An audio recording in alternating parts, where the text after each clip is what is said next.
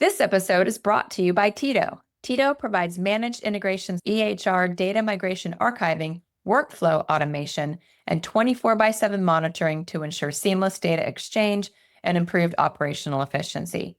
Dealing with capacity challenges in data or integration projects and operational optimization issues?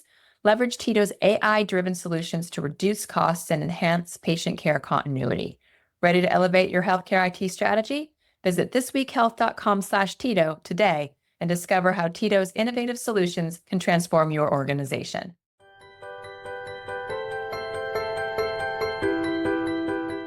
I'm Bill Russell, creator of This Week Health, where our mission is to transform healthcare one connection at a time. Welcome to Newsday, breaking down the health IT headlines that matter most. Let's jump into the news. All right, it is Newsday, and we are excited today. We've got the normal crew here, and Vik Patel. How's it going, Vik? I'm good. It's Diwali today, by the way. Happy Diwali. Oh, happy Diwali. And obviously, Drex DeFord is here, otherwise known as Uncle Drex, as we call him. Don't do it. Oh. It's just going to continue. And then Sarah Richardson, back from an amazing summit, 229 Summit out in Napa. So it's good to see you back in town and ready to go. And hopefully we won't have a cat appearance on the show again. They're all asleep right now. They're all asleep. So today, because people are going to know when we recorded this based on this. So AWS experienced a major outage that began at, 3:11 a.m. Eastern time, affecting services across the U.S. East 1 region in Northern Virginia. The outage affected over 500 companies and generated 6.5 million reports on Down Detector across more than 1,000 sites worldwide. Wow. This is what happens when we consolidate all this stuff. I mean, there's a lot of things running over here. The root cause, let's see. This is NBC News. I don't know. We'll see how close we feel this one is. Are they blaming DNS? Well, the issue originated from within the EC2 internal network and impacted core AWS services, including DynamoDB, SQS, and Amazon Connect. AWS identified the root cause as underlying internal subsystem responsible for monitoring the health of the network load balancers. Yeah, it could be DNS. That's I don't know, Drex, that feels like a pretty broad statement. My gut tells me like somebody probably did something that they weren't supposed to do. Somebody clicked a button from on to off or off to on, and there were a lot of unintended consequences, and it took a while to figure it out. This is probably like a change control thing that didn't work the way it was supposed to. All right, so major services hit included Snapchat, Roblox, Fortnite. Oh my gosh, Fortnite's down. Fortnite, oh god. Ring, Signal, Coinbase, Robinhood, Zoom, Duolingo, Starbucks, McDonald's, United Airlines, Delta. I'm trying to see if there's any healthcare. I'm sure healthcare was impacted, but I don't. None were listed here. People screaming were the Roblox and Fortnite users. Obviously, they're everywhere. If you go on Reddit or anywhere else, even Reddit was affected. You're hosting. I mean, it could affect your claims processing, your data collection, insurance verification, just some of the critical infrastructure. Although I had to go down my little path of, well, if it happened in Virginia, is it not? Maybe it's tied to the government shutdown. Here's what it says for current status. While AWS initially said the DNS issue, so there you go, DNS issue was fully mitigated at 2:24 a.m. Pacific Daylight Time. Customers continue experiencing increased error rates when launching new EC2 instances as of 1:30 p.m. Eastern Time. AWS reported seeing early signs. One of the things I love about this, I'm trying to figure out what question I want to throw out to you guys. One of the things I love about an AWS outage is we have more information when AWS goes down than we do in our internal networks. I mean, like, they are very transparent, and they immediately put the information out. They put it out. So, I mean, unless it's obviously a cyber attack of some kind, but they generally will let you know exactly what's going on, and not just their clients. They let the world know. I mean, if you go to health.aws.amazon.com, you will see every outage that they have, sort of like a running live dashboard that they update with all the stuff that's going on. So, Drex, do you know any health system that has that? No, I do not. I mean, it's kind of interesting. There might be some version of this where they send out a regular email update, but I don't know about the dashboard. Yeah. What does healthcare take away from this? We are consolidating an awful lot of activity. In fact, I was with a health system that has moved their Epic instance to AWS just this past weekend. We were talking about that. So people have chosen to take Epic to AWS. They've chosen to take it to Azure. Some of them are taking it to Rackspace. Others are taking it to other third parties. Some of them are hosting with Epic themselves, which is an option as well. What do we take away from this? If you're a healthcare leader, Sarah, I'll start with you, and then Vik, I'll come over to you. Sarah, if you're a leader, because you were moving an awful lot of your stuff to the cloud. We actually moved everything to AWS. We did it two ways. That we did the multi-region AWS, which isn't completely soundproof. I mean, you've got to think about multi-cloud as much as multi-region. However, AWS does have data centers all over the world. And so when we did a full-scale move to AWS activity, we did multi-region as one of our primaries, and we did have some backup services with Azure. So the multi-tenant within the regions, and potentially, if you can afford it and your infrastructure and architecture allows for it, the ability to have a backup cloud provider as well. So this is one of those no dust statements, but architecture still matters, even if you're going to the cloud. Like, you can't just go, well, we went to AWS and clearly they have all this stuff worked out. I mean, it's even more so that you have to think about it.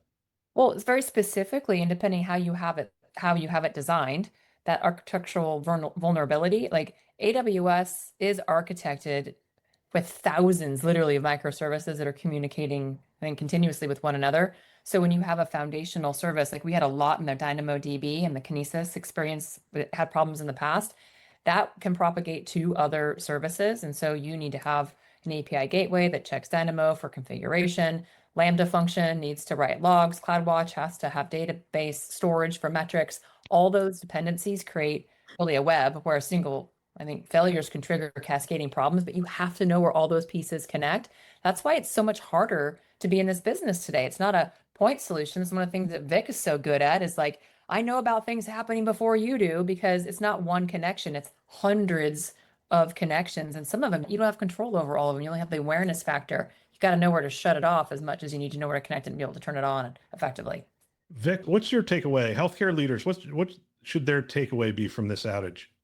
Well, first of all, Sarah, like, are you on the Amazon AWS support team? Like, no, but when I went to their services, I had to make sure I knew what all of those. You know a lot about it. I mean, that's amazing. Yeah. But yeah, who's kind of laughing today? It's probably the people who are like, I am not going to the cloud, the on-prem people, who have been like, I'm not still sold on it, bitches. Again, that's a whole another story. I don't think it should be that way. But I think, could a hybrid approach be, what's needed, right? So even, for example, in integration, an architecture, as Bill, you said, one of the things that we have been talking about is hybrid architecture many times, because let's say you have all these point of care devices, right? Like the lab instruments and other vital signs instruments that you need by the bedside. You don't need all those going to the cloud and then coming back, right? Like you probably need an architecture which supports a lot of that integration. I'm talking about integration in this case, connecting to something on-prem instead of making that hop every time to the cloud and back. Because in this kind of situation, if that happens, now you just affected patient care within the hospital, right? Like, that's terrible. That was a terrible architecture. So those are the kind of things that I think you should pay a lot of attention to. So, I mean, yeah, every time this kind of event happens, I think it's an amazing opportunity to sit back and look at what's in place. Is our architecture the right architecture, and what are the changes that we may need to make here? Drex, there's so many things we're supposed to take a look at, and I'm not sure we're looking at all those things. I like the architect concept. When we were moving to the cloud, we were doing this in 2013. When we were moving to the cloud, we couldn't get BAA sign and stuff. So we walked very cautiously into the cloud, and we thought a lot about architecture. One of the things we did is our failover was on-prem. So we moved things to the cloud, but our failover was to fail back. And it's almost reverse DR, if you will. And in California, it makes sense, because if we had our disaster was an earthquake, and it could take out, it could take out everything, quite frankly. And we were also serving Northern California and West Texas from there as well. And you didn't want to take them out just because Southern California got taken out. So architecture really does matter. And I'm wondering, as we look at more and more things being moved to the cloud, do we have the skills to do that internally for healthcare? And it's not only infrastructure, it's also security architecture. I mean, do we know what we're doing? I think there's this interesting sort of path that we've been on through the pandemic where we pushed a lot of stuff out of the data center and into software as a service, and we don't really understand what's happening with the software as a service company and who they're using as fourth and fifth level, service providers like AWS or anybody else. And so it's hard for us. And I mean, part of the reason we did that is that we didn't want to be in that business. So we moved it out to someone else. I think the same thing. When we move workloads, we do other things with companies like AWS. Part of that is that we don't want to be in that business anymore. I think it requires, good architecture. That's another whole conversation though, right? Just because you can go from the Alaris pump to the cloud and then back, or whatever it turns out to be, doesn't mean you should. The technology used to be such that we built stuff in-house in data centers that had to be on-prem because we couldn't stand the network latency that it took to have it anywhere else. And now the world has changed and network latency is way better. And we've got technology that can handle that. And we wind up in this weird situation that we do things because we can, not because we necessarily should. The same thing applies to those contracts. When you read those contracts and you look at architecture, make sure you've got penalties in there for downtime and all those things. The problem is that when you're down, you may have the penalties written in, but it doesn't really help you in the heat of the moment when your EHR is offline for 6 hours because something's happening at AWS. I mean, we try to shift the responsibility somewhere else and we try to contractually obligate the risk to someone else, but I don't know if you can really do that. But, I mean, so just a little bit of counterpoint to that in terms of being able to do everything on-prem today. I don't think it is possible, but if you have millions of dollars sitting around, right? So in one of my conversations recently with the CIO, we're talking about using Azure OpenAI and Databricks pipelines and everything in the cloud, right? And he's like, hey, why don't I talk to somebody? I think we can do this on-prem. And I was like, really? I mean, if you have $500 million, to build the same infrastructure. So I think that's where, once I kind of walked him through what it would actually take, and if Microsoft would even allow that kind of licensing, first of all, right? Like the Azure licensing on-prem. I mean, I haven't heard anybody do that. You got to build the scale and everything too, to be able to keep, you've got a lot of stuff sitting there idling locally. It's part of the advantage of the cloud is that Exactly, you can surge when you need to surge. And so I just feel like, yes, you kind of almost have to go to the cloud for those things. And, you just don't have compute sitting around and the right infrastructure sitting around and the scalability, like you just said, Drax. So I think some things you will have to go to the cloud. So that's where, again, going back to the architecture, what are the things that you can still get away being on-prem and should help you with patient care? But the ones where you do need to use the cloud, how do you do it intelligently so when something like this happens, you're still not impacting patient care? So Vik, let's get into your world. So Tido really focuses in on the data aspect of, data in an AI world, data in a cloud world, if you will. What do we need to be thinking about when we're moving to the cloud in our data and being able to, do what we want to do? I'm going to leave this really vague in general. Sure. Do what we need to do with data. I mean, I hear stories all the time of people are like, oh man, our data is over in this cloud data center and over in this cloud data, and like we didn't think it was a problem, but now that we're doing AI, we have to bring all this stuff together, or some workflow where they're bringing it all from all over the place. What does data in the cloud world and the AI world look like? No, that's a great question. And I'm glad you kind of kept it a little bit vague. So I will go to one of our latest solutions around Tido Cortex AI, where we are using our expertise that we have built in-house with our MITRE AI, the proactive monitoring of interfaces and applications. So we are partnering with organizations to help them implement their AI applications, right? Like we are not trying to be Emmy or whatever, all the other products that Epic and the other EHRs are doing. That's not what we are trying to do. We are just partnering with the organizations, bring our data scientists, bring our technical team, and work with them. And that's where using the data, first of all, you need to have the data in the right format, right? So for example, a lot of times for the AI solutions, it does make sense in most cases to have it in the Fire JSON format, for example. It is able and then you can expose those as APIs, and then you can also expose that to the AI applications, to the analytics, all that stuff.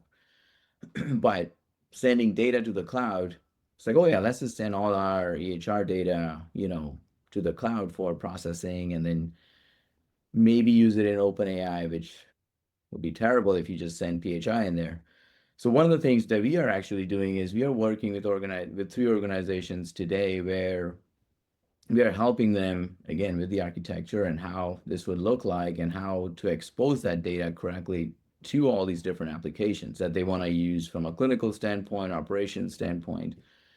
And one of the ways I think could be really useful for organizations is to de-identify the data, right? So you can still have all the data that many of these applications, especially the analytics and the reporting side of things that will need, they don't necessarily need to know who that John Doe is. You need to have the data that you can use to make sense of it and have some actions on top of it. But why not use de-identified data, right? So I think that could reduce the risk largely.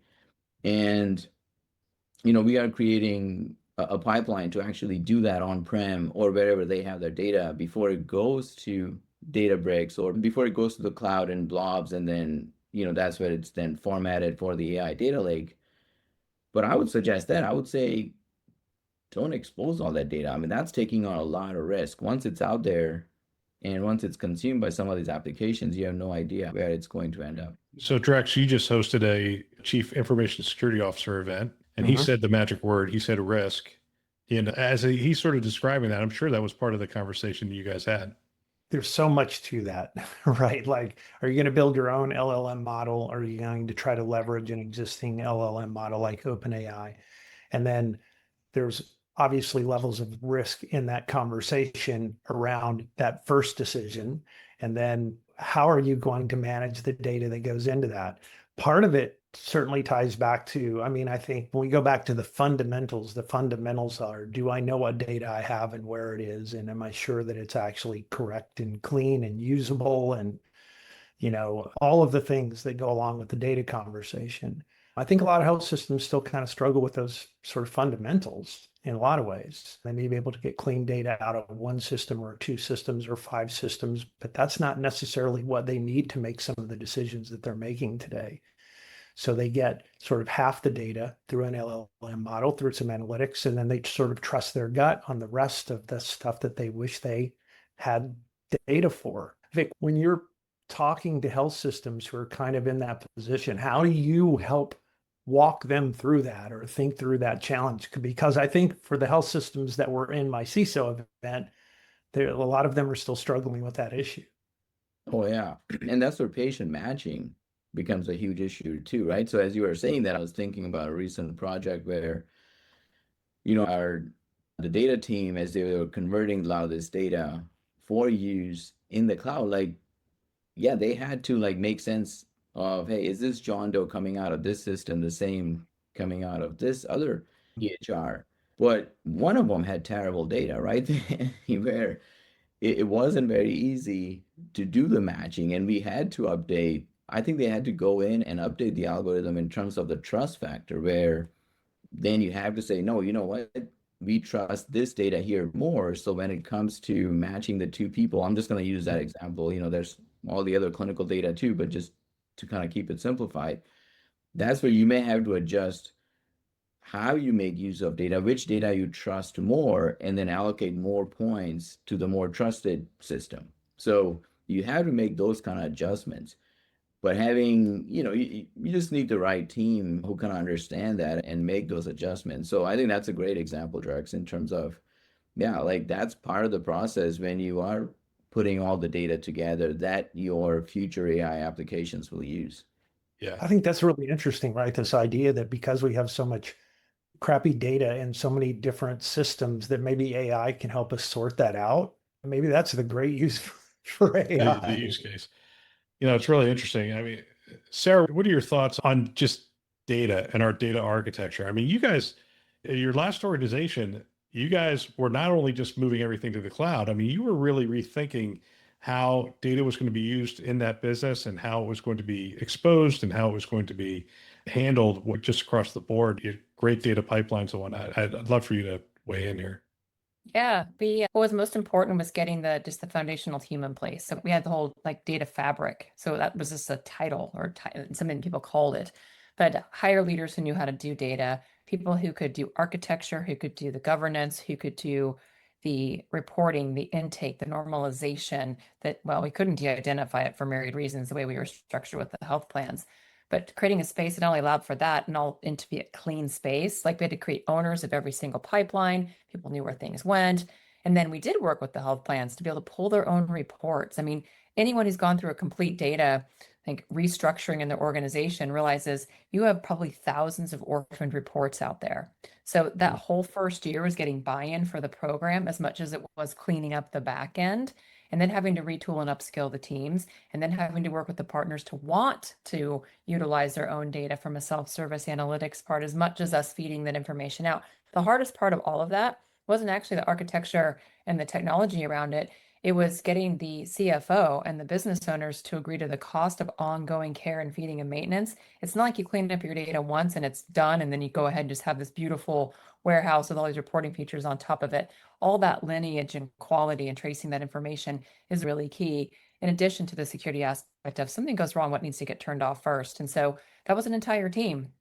But I always went back to the board and to my C-suite peers to be able to explain not just the efficacy and value of the program, but why we had to constantly fund it and what that meant for us organizationally. And so I think for anybody who has a really robust data program and has that kind of like democracy within their organization, it's what is it actually worth and what are you willing to do to keep it up and running? Because otherwise you're just doing a cleanup job every couple of years.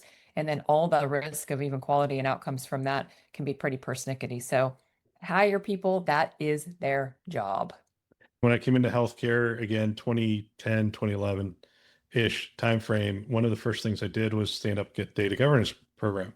And because every other industry I'd ever been in had a data governance program, I just assumed that healthcare would have a data governance program. And then the thing I think that still surprises me, here we are a little less than a decade later, or over a decade later, and we still hear people saying, well, we're going to stand up a data governance program. I'm like, really?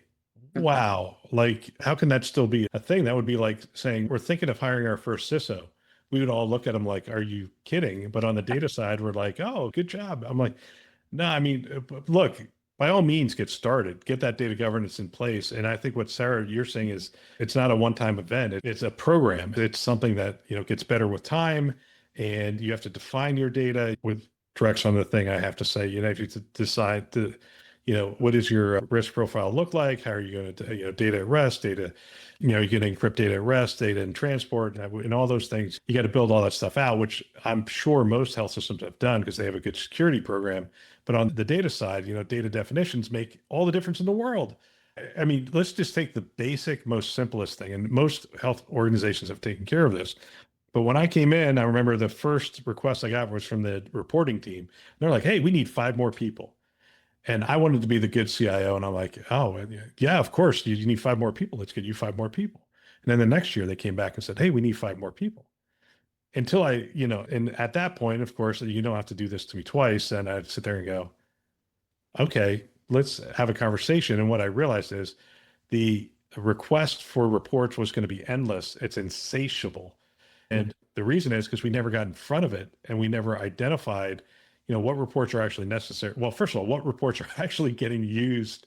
That was my first report that was like, are you kidding? None of these reports are getting used. We have 25,000 reports in the inventory, and 22 of them are actually used on a monthly basis or something. Yeah. We had a great conversation around simplicity as a strategy for IT, like just as a core design principle for IT. And in our CIO meeting, it's really interesting to hear. It's like, look, complexity is sort of a gravitational pull in healthcare, and part of the role of the CIO. We'll close on this. I'd love for each of you to sort of discuss this from your own perspective. The gravitational pull is towards complexity. It's towards more applications. It's towards more interfaces. It's towards more reports. It's towards, more cloud vendors. It's towards more, and everything I'm saying is just more complexity. And so how do you hold the line? And is simplicity a good target? Is it a good value that we should be shooting for? I'm trying to figure out who I want to give the last word to. Vik, I'm going to give you the last word. So Sarah, we'll start with you. I will put this on my banner that I fly behind a plane or anywhere else. To me, a hallmark of how well we are functioning as an IT organization is when other people inside our organization can tell our story on our behalf, because we are there to serve others. And so if you're the chief financial officer and you can tell the quote unquote IT story in terms of how it's benefiting your organization, we're doing the right things. You've heard me go off about this before, but I mean, I think it has to be an anchor in all the things that you do. I mean, if you can have a simple, Maslow's hierarchy of needs, if you can have a simple architecture, a simple infrastructure, if you can have a simple group of applications, it helps you understand all the things you need to know about your data so that you can report and make decisions on data because the environment is simple. It's easier to secure because the environment is simple. It's more likely to have uptime and not have some crazy downtime that you can't figure out and you have to talk about it as a DNS outage because the environment is simple. And so the simpler you can make everything, and you're right. I mean, I think the environment pulls you toward complexity every day. And part of the job of the CIO is to figure out, to be the champion of simplicity. That has to be part of the job. Vik, last word on this topic. Yeah, I think simplicity is actually very difficult, right? Amen. Absolutely. It's difficult. Because if you're making a product that's very simple, let's say, everyone uses the example of Ubers, but behind the scenes, it's probably very complex, but it's simple for the people who need to use it. And I think it should be similarly in healthcare. It should be very simple for the care teams, right? It should be like no-brainer to them. It should be like they shouldn't be calling into the help desk when there's an issue. We should know about it, and I'll talk about how our MITRE AI does that very proactively, finds things. But I think that's the difficult part. Like simplicity, if it was that easy, everybody would have done it. So I think, again, I don't think it matters how many applications. At the end of the day, you can have one application, but you can still make a mess of it. It still won't be simple. So from that, where you were going, I wasn't going to agree with you. But from that perspective, I agree with you. Even with one application, it can get messy. Like as Sarah said, having the team on the same page, like everybody kind of getting together and coming up with a solution that everybody understands. Again, probably not going to happen in one day, but just take your time and architect it the right way. This is all real simple to me. The only reason we need data is to answer questions, right? That's what we needed. So people are asking questions, they need data. And my experience this morning was, I need to know how many partners were going to be at our Philadelphia City staff roundtable next week. And so I started it in Google Sheets and it wasn't there. Then I went over to Airtable and it wasn't there. It probably was in both of those locations. I just couldn't find it there. And then I ended up looking at a different Google Sheet and found it over there. And how that experience probably plays over and over again in every organization of they just want answers to questions. And it's one of the reasons I think that people love generative AI much more than Google search. They just want the answer to the question. I don't want 50 websites to go to. I just want an answer to the question. And now with generative AI, we ask the question and it comes back and it says, hey, here's the answer. If you want to know where I got the answer, it's here and here. It's these 10 websites that I went through. And so, again, maybe I'm oversimplifying, but data is about getting answers. And at the end of the day, the best way to do that is to know what your data is, what questions it can answer, and be able to find it and funnel it in the right direction. And I think that's what you guys are doing, Vik. And I think we're in wild agreement, which our production team is not going to like. They like it when we argue and disagree with each other. But I think in this one, pretty well in lockstep with each other. Hey, Vik, thank you for coming on the show. It's always a pleasure to hang out and discuss the news with you. Thank you so much for having me. That's Newsday. Stay informed between episodes with our daily insights email.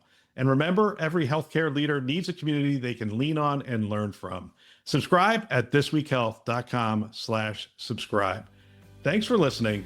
That's all for now.